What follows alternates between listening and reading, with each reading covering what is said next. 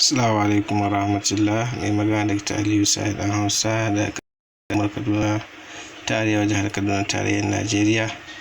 Jiya na so ne bayani a YouTube akan watan 'ya'yan zaitun, to ban samu network mai kyau ba a live ne, shi ne ce bari in sake bayanin.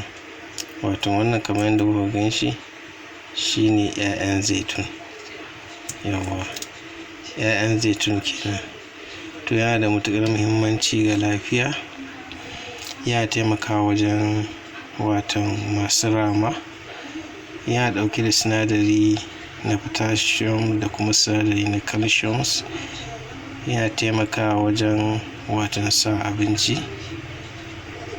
Ga wanda ya riƙa cin wannan 'ya'yan zaitun ɗin kullum da safe, ko da guda ɗaya ne ko biyu zuwa tsawon sati biyu, to insha Allah zai zame masa kariya daga sharrin masihirta da kuma aljanu da nau'ukan mayu da sauran abubuwan da ke shafar matsalar ruhi. Sannan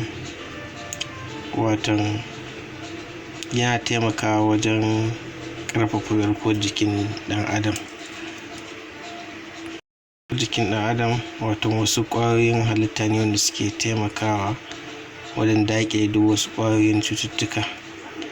Sannan kuma wannan 'ya'yan zaitun ɗin idan mutum ya ga mutum ya ƙwallon ciki, ana haɗa shi da garin habbatus sauda. Idan aka yi hayaƙi da shi, yana lalata sihirin da yake waje, yana fitar da mugun aljanu a cikin gida ko a waje. Haka mutum zai iya turara jikin shi da shi, wanda yake fama da matsalar aljanu ko da ko jinnil ashik ne, insha Allah ta'ala. Don neman ƙarin bayani ko shawarwari za a iya tuntuɓa ta akan lamba kamar haka: 0806123951, 0806123950. Ga wanda suke kasashen waje ko za su iya tuntuɓa ta akan +234601223, +2348061239510.